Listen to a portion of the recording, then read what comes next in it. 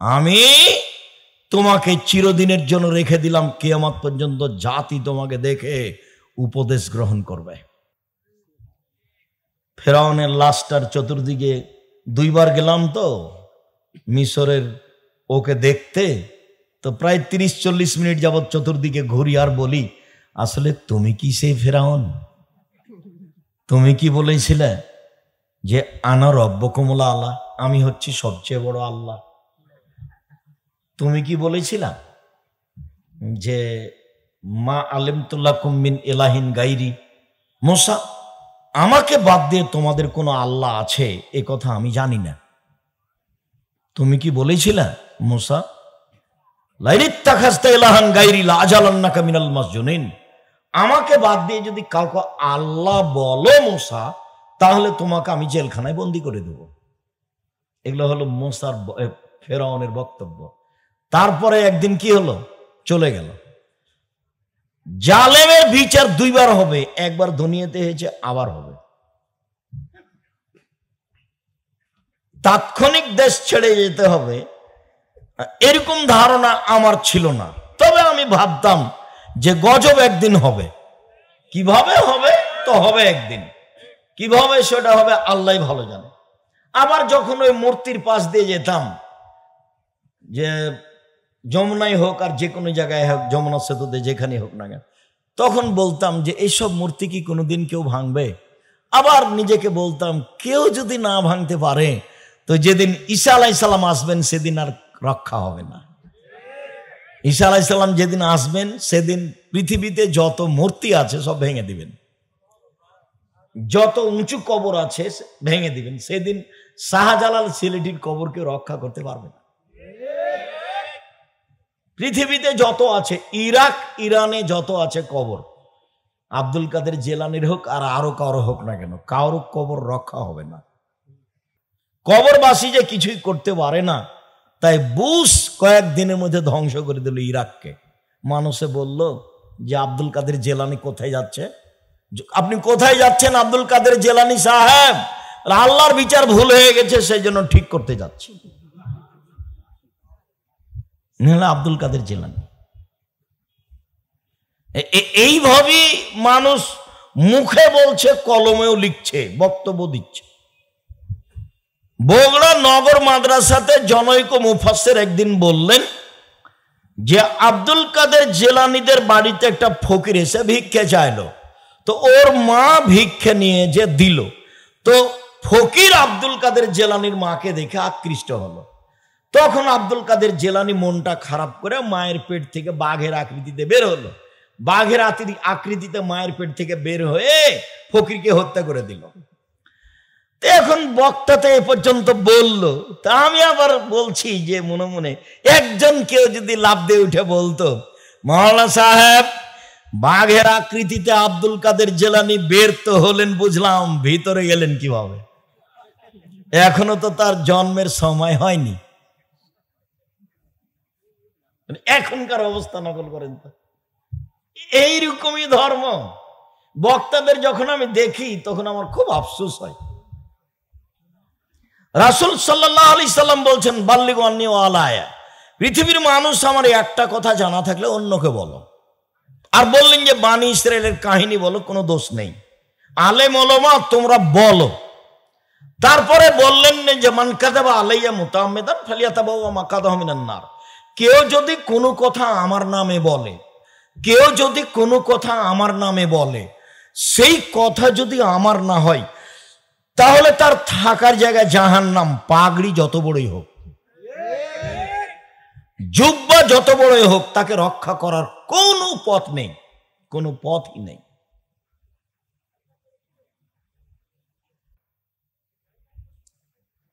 আগন্তুকের সাথে কোলাকুলি করতে হয়, তো ঈদের মাঠে গিয়ে কোলাকুলি করা বিদআত। তো ঈদের মাঠে সবাই কোলাকুলি করছে। ঈদের মাঠে গিয়ে কেউ বলতেই পাবে না আপনারা বলেন আল্লাহু আকবার, আল্লাহু আকবার, লা ইলাহা ইল্লাল্লাহ, আল্লাহু আকবার, আল্লাহু আকবার, ওয়ালিল্লাহিল হামদ। এই কথা কেউ বলার জন্য বলতে পাবে না। বক্তব্য দেওয়া তো বহুদূরের কথা। সলাতের আগে, নামাজের আগে কেউ মুখ খুলতে পাবে না। কথা বুঝতে পারেননি? তো বক্তব্য তো চলেই, যার যা মনে লাগে করে। এমাম যিনি, তো এমামের তো 5 পয়সা কেউ দাম দেয় না। একবার আমাকে নিয়ে যায়, আপনার সভাপতি সেক্রেটারিকে দেখে ছেড়ে দেব। জি, আমার জীবনে কোনোদিন আল্লাহ আমাকে ওই পর্যন্ত নিয়ে যায়নি যে সভাপতি সেক্রেটারিকে বিবেচনা করে কথা বলতে হবে। এই পর্যায়ে আল্লাহ আমাকে কোনোদিন নিয়ে যায়নি। ও আমাকে কি পয়সা দিব, আমি তাকে দিব ইনশাআল্লাহ। এই ব্যবস্থা আল্লাহ আমার করে রেখেছে, যার কারণে জাতির কাছে আমাকে কোনোদিন নত হওয়া লাগেনি। আলহামদুলিল্লাহ, জাতিকে কোনোদিন ধর্মের নামে ফাঁকি দিনি। আমার সবসময় মনে বলে যে বছরের 6 মাস গাড়িতেই থাকলাম, সময় মতো আল্লাহকে ডাকতে পারলাম, এটা আমার মনে হয় না ব্যস্ততাতে। তো তেমন কিছু ইবাদত করে বিচারের মাঠে সফল হব এমনটা মনে বলে না। তবে আমার কথা শুনে যারা আমল করে ওখান থেকে আমি পাবো, তার সমানই পাবো ইনশাআল্লাহ। ও দিয়ে আমি বিচার মাঠে সফল হব বলে আমার অন্তরটা সব সময় দাবি করে। আমার জীবনের বলা কথা আমি ভুল করেছি এইটা আমার অন্তর কোনো সময় বলে না। এবং কোনোদিন পরিস্থিতিতে বন্যায় আমি ভেসে যাইনি, পরিস্থিতি আমাকে ভাসিয়ে দিতে পারেনি, বন্যায় আমি ভেসে যাইনি। মানুষ হিসেবে যেটুকু বুঝি কোরআন হাদিস তার ভিত্তিতে যেটুকু চূড়ান্ত সঠিক সেটুকুই বলার চেষ্টা করেছি। সম্মানিত দিনী ভাই বোন, জালেমের বিচার 2 বার হবে। যারা এইভাবে জুলুম করেছে, করছে, ওদের বিচার হবেই, 2 বার বিচার হবে। একবার এখন, আর একবার বিচারের মাঠে। তো বিচারের মাঠের বিচারটা হবে আরো কঠিন। যারা ওসর জাকাত দেয় না তারাও কিন্তু জালেম, ওরও বিচার দেরিতে হবে। ও জালেম কেন? ও ফকিরের হক মেরে খেয়েছে। ওটা আল্লাহ বলছেন যে ওটা তার হক, অধিকার। তো আপনার জাকাতে হিসাব করে যদি ফকিরকে না দেন, তা আল্লাহ বলছেন যে আপনার কাছে ও পায় হক, অধিকার। তাহলে আপনি হকদারকে হক দিলেন না। একটা লোক জমি জায়গা 2 ছেলের নামে লিখে দিয়েছে, মেয়েকে দেয়নি, বা মেয়েকে লিখে দিয়েছে, ছেলেকে দেয়নি, তো হক মারলো না? হক মারলো। তো এই লোকটা জাকাত দেয়নি, তো কার হক মারলো? ফকিরের হক মারলো, গরিবের হক মারলো। বিচারের মাঠে দুটাই সমান সমান। আল্লাহ বলছেন যে ওরও বিচার দেরিতে হবে, যে জাকাত দেয়নি তারও বিচার দেরিতে হবে। তো জাকাত দেয়নি তো আর বিচার দেরিতে হবে কেন? যদি ওগুলো জিনিসগুলো যার জাকাত দেয়নি ওইগুলো টাকা পয়সা হয়, তাহলে ওকে লোহার লাঠি তৈরি করে জাহান্নামের আগুনে গরম করে কপালে আর পার্শ্বদেশে এবং পিঠে দাগ দেওয়া হবে। দিতেই থাকবে যতদিন বিচার হয়নি। আবার সেইগুলিকে সাপ তৈরি করে তার গলায় পেঁচিয়ে দেওয়া হবে, ও ছবল মারতে থাকবে যতদিন বিচার হয়নি। আর সেইগুলি যদি গরু ছাগল হয়, সৌদি আরব গরু ছাগল উঁট হয়, তাহলে ওকে উঁটটা ফেলে দিবে, ওর উপরে পা দিয়ে থেঁতলিয়ে চলে যাবে, আবার ঘুরে আসবে, আবার যাবে, আবার ঘুরে আসবে, আবার যাবে, যতদিন বিচার না হচ্ছে। বুঝাতে পারলাম না কথা? বিচার দেরিতে হবে মানে কি? এদের এইভাবে সময় কাটবে, কত দিন পরে বিচার হবে আল্লাহ ভালো জানে। ঢাকা শহরে, পাবনা শহরে এক জমি 10 বার বিক্রি হচ্ছে। ক্ষমতা আছে, বিক্রি করছে। একবার বাপ বিক্রি করেছে, একবার ছেলে বিক্রি করছে, একবার নাতি বিক্রি করছে। আমাদের পূর্বাচলের জামিয়া সালাফিয়ার অবস্থা একবারে ওরকমই, কতবার যে কিনা লাগছে এক জমি। তো এই জমি তাকে খনন করতে বলা হবে, তো ওটা আবার 7টা জমিন আছে। খনন করতে করতে যেদিন 7 জমিনের নিচে যাবে সেদিন 7টা জমিন তার কাঁধে তুলে দেওয়া হবে, দিয়ে বলা হবে এখন ঘুরো। তো কতদিন লাগবে খনন করতে আল্লাহ ভালো জানে, কতদিন কাঁধে করে নিয়ে ঘুরবে আল্লাহ ভালো জানে, তারপরে বিচার কি হবে আল্লাহ ভালো জানে।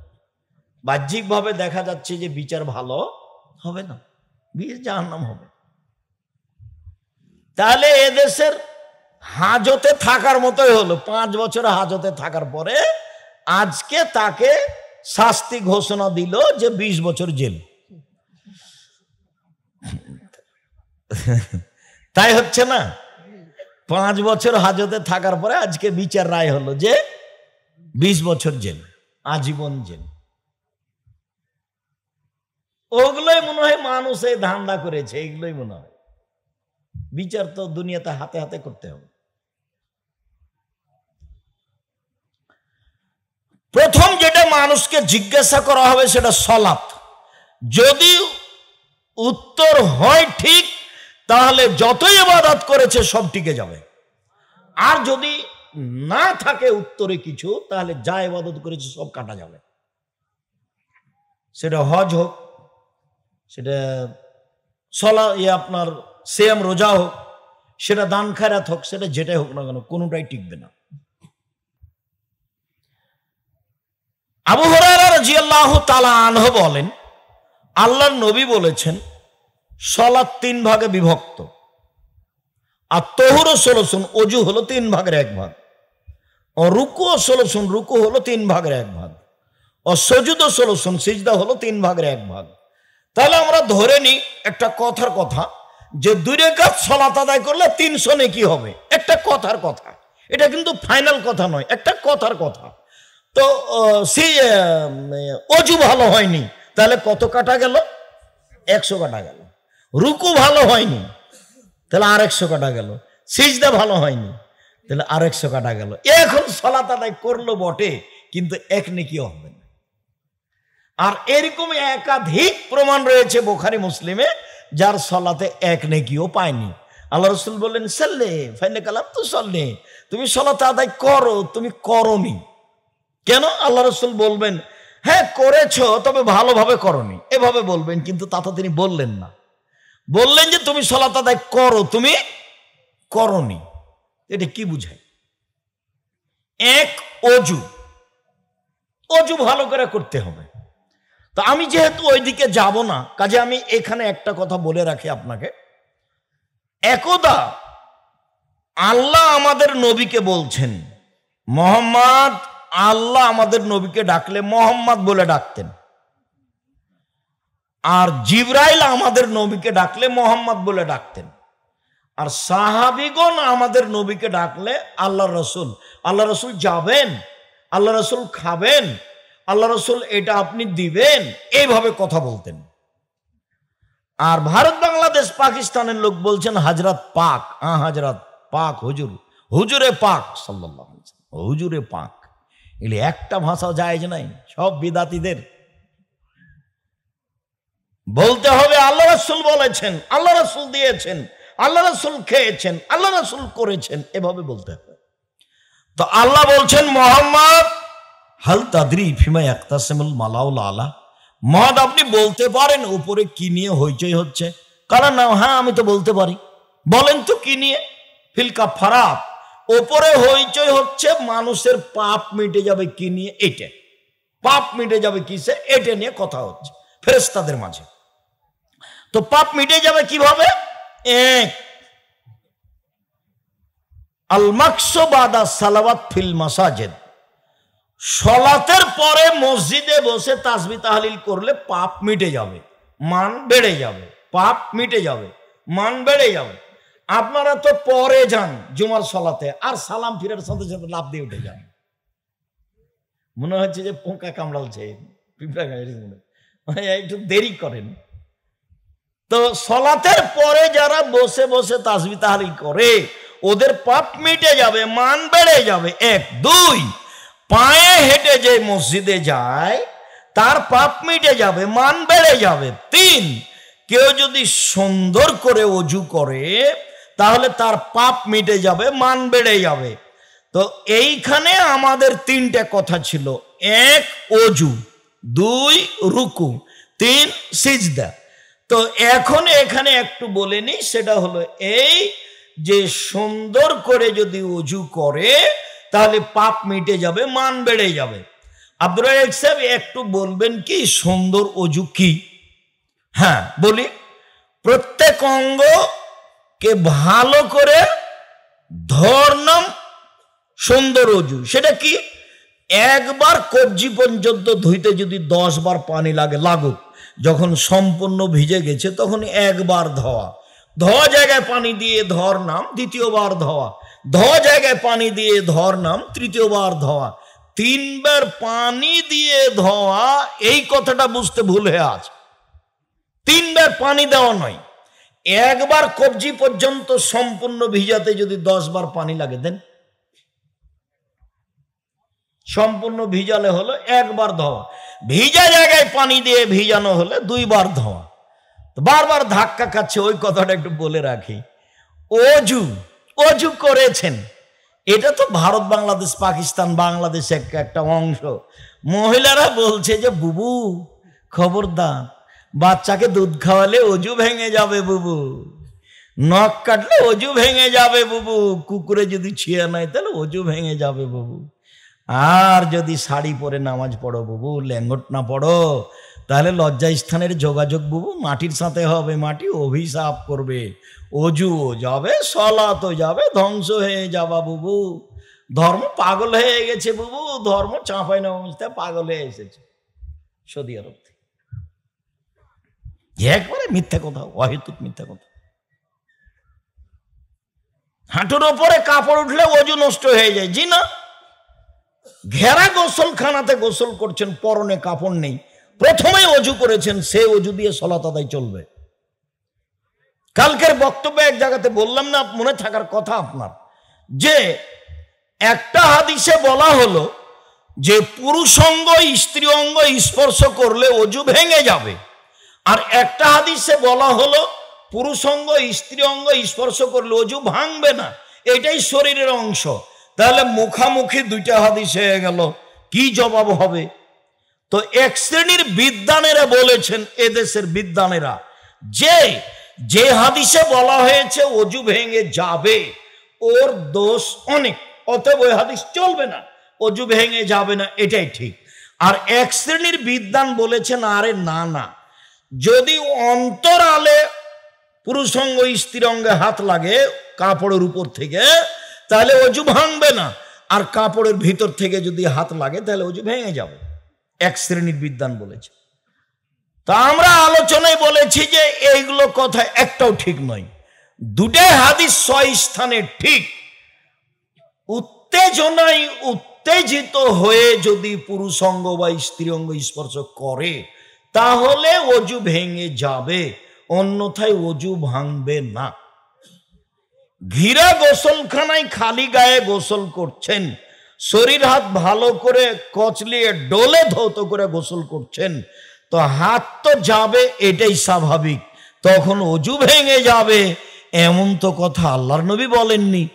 ওই ফরজ গোসলের অজু দিয়েই আল্লাহর নবী সালাত আদায় করেছেন, তার তো প্রমাণ আছে। তাহলে তো ফরজ গোসলের পূর্বে যে অজু করেছিল, গোসল করতে গিয়ে যদি অজু ভেঙে গিয়ে থাকে তাহলে তো সেই গোসল করার পরে সেই অজুতে আর সালাত হবে না, অথচ পরে আর কোনো প্রমাণ নাই তার অজু করার, মানে ওই অজু বহাল আছে। বলছিলাম সম্মানিত দিনী ভাই বোন, সুন্দর অজু, 2 ভালো রুকু, 3 ভালো সিজদা, মানে দেরি করে উঠা। যতক্ষণ পর্যন্ত আপনি রুকু থেকে উঠে একবারে সোজা না দাঁড়িয়েছেন ততক্ষণ পর্যন্ত আর সিজদায় যাবেন না। হায়াস্তাবিয়া কায়মান, একবারে সোজা দাঁড়িয়ে থাকতে হবে, সব অঙ্গ প্রত্যঙ্গ স্ব স্থানে যেতে হবে। সিজদা থেকে উঠে আপনি বসে থাকবেন একবারে, তারপরে যাবেন। সাহাবীগণ বলছেন যে আচ্ছা আল্লাহর নবী একবার সিজদা করে আর যাচ্ছেন না কেন, তাহলে কি ভুল হয়ে গেল নাকি? উনি কি মনে করছেন যে আর একটা সিজদা করেই ফেলেছে, আর সিজদা নেই? ব্যাপারটা এমন না কি উনি যাচ্ছেন না কেন, এইটা সাহাবীগণ মনে করতেন।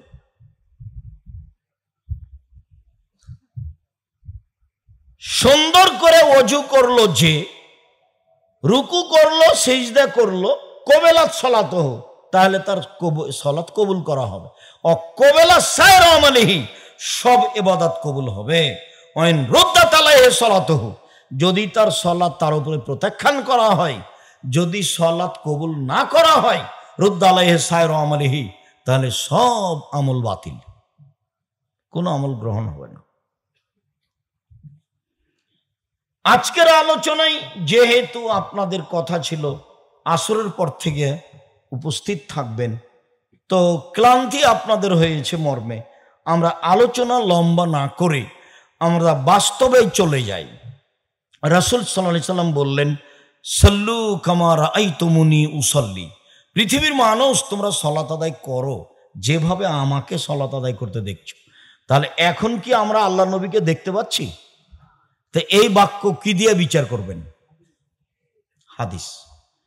তো সব হাদিস তো সঠিক নয়, তাহলে এখন সব প্রায় মসজিদে ফাজাইলে আমল আছে, ওখানে সালাত শিক্ষা আছে, কি করবেন? আল্লাহর নবী বললেন, পৃথিবীর মানুষ মনে রেখো, কেউ যদি কোনো কথা আমার নামে বলে, সেই কথা যদি আমার না হয়, তাহলে তার থাকার জায়গা জাহান্নাম, জুব্বা যত বড়ই হোক। মুকসিদুল মুমিন বইয়ের ভূমিকাতে লেখা আছে, এক ওয়াক্ত সালাত কাজা করলে 80 হোক বা জাহান্নামে থাকতে হবে। হাদিসে আছে, কেউ জানে না কোথায় আছে, এমনিতেই চলছে।